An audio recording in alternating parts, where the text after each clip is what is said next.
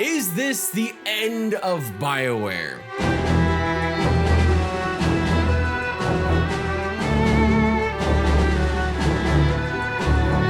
That's a depressing way to start a video. Boy, do I wish I was coming on here with some awesome news about the new Mass Effect coming out. I don't. It's just shit. It's a shit sandwich. It's just like you take a piece of bread, another piece of bread, and a piece of poop in the middle of that shit sandwich.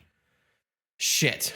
That's a lot of shits in the opening of a video. That's probably not going to go very well for the YouTube algorithm, but that's what we're talking about today. We're talking about EA going private and going AI and going in debt and yay. But it kind of feels inevitable after the most recent news following a string of struggles for the once storied RPG studio that made some of my favorite RPGs of all time and some of the most iconic companions ever. Tell me, have you ever licked a lamppost in winter?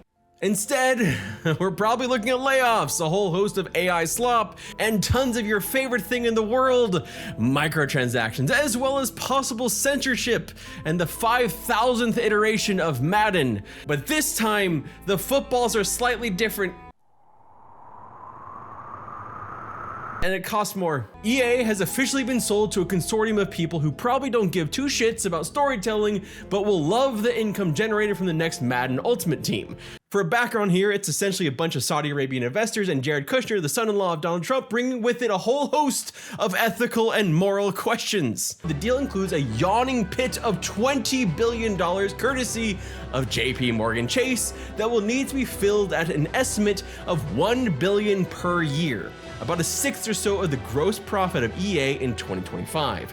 Now, I'm no mathematician, math whiz, I suck at math, 2 + 2 = 6, but I don't think taking like 6 of your profit and just like throwing it into the yawning pit is a good way to make risky moves in gaming. It seems like you would consolidate and just go with the thing that works every year and takes the least amount of effort and money. The sports games that you just reskin every year. And all of this is keeping in mind that this is the same EA that has been carving out BioWare for years to, well, save money.